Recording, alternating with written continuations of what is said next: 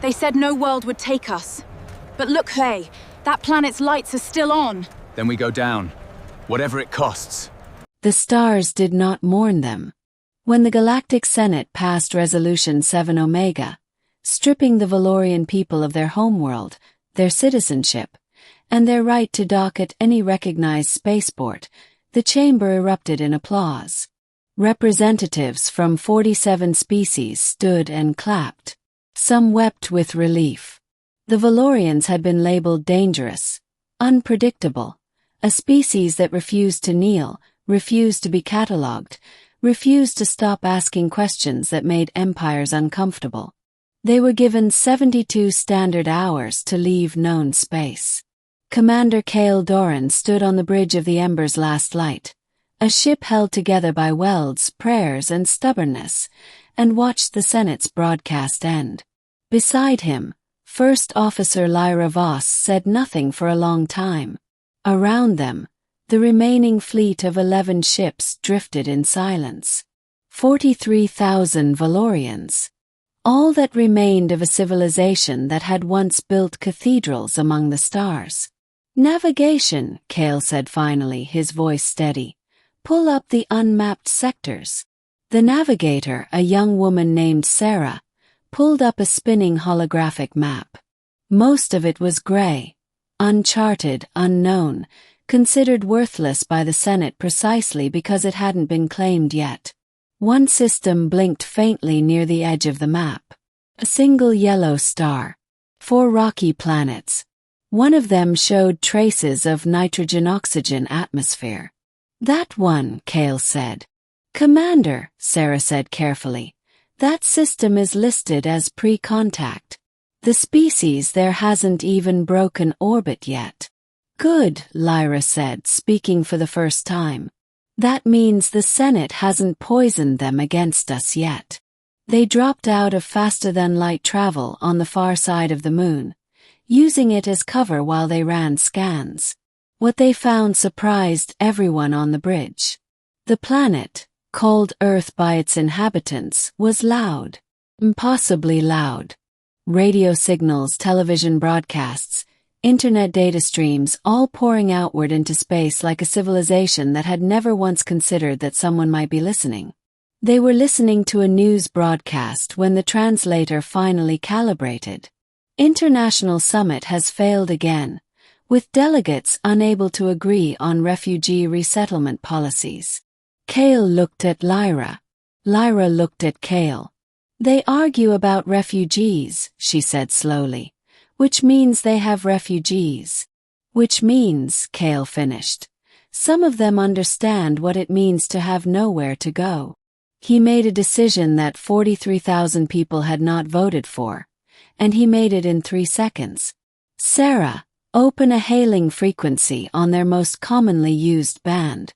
Standard mathematical greeting sequence first, then we'll attempt translation. Sarah's hands moved. Channel open, Commander. Cale leaned toward the speaker.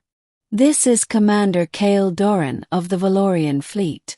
We are 43,000 souls with nowhere left to go. We do not come as conquerors. We do not come as gods. We come as people who are very, very tired. If anyone is listening, we would like to ask permission to land. He sat back, closed his eyes, waited. The bridge was so quiet that the ventilation system sounded like breathing. 17 minutes later, every government on Earth knew about the transmission. In 4 hours, it had been translated into 60 languages. In 6 hours it was playing on every screen on the planet. Ordinary people stood in kitchens and bus stations and hospital waiting rooms and watched a holographic image of a tired man with silver-streaked hair ask for somewhere to rest. The debates began immediately. Some said it was a trick. A military invasion dressed in soft words. Government scrambled jets, activated satellites, ran calculations on weapons range and fleet size. Generals argued. Senators argued. Religious leaders argued. But something else also happened. In a small apartment in Lagos, a woman named Amara Osei, who had spent 11 years in a refugee camp before being granted asylum, watched the broadcast 3 times. Then she walked to her window, looked up at the sky, and said quietly, "Let them land."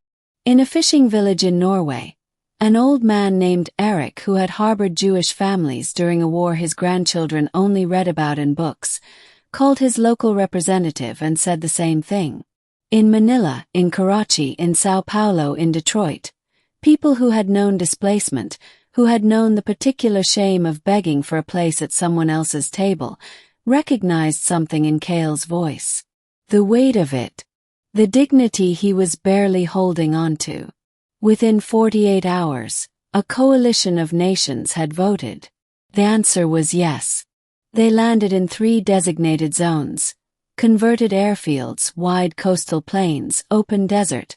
And when the first ship touched down and the ramp lowered and Cale Doran walked out into warm afternoon sunlight, he stopped. Just stopped. Put his face up toward the sun, eyes closed, and stayed perfectly still for almost a full minute. Lyra walked up beside him. "You're making the welcoming committee nervous." "Let them be nervous," he said softly. "I'm busy feeling what solid ground feels like." The welcoming committee, a small group of diplomats, scientists, and one very nervous UN translator, stepped forward.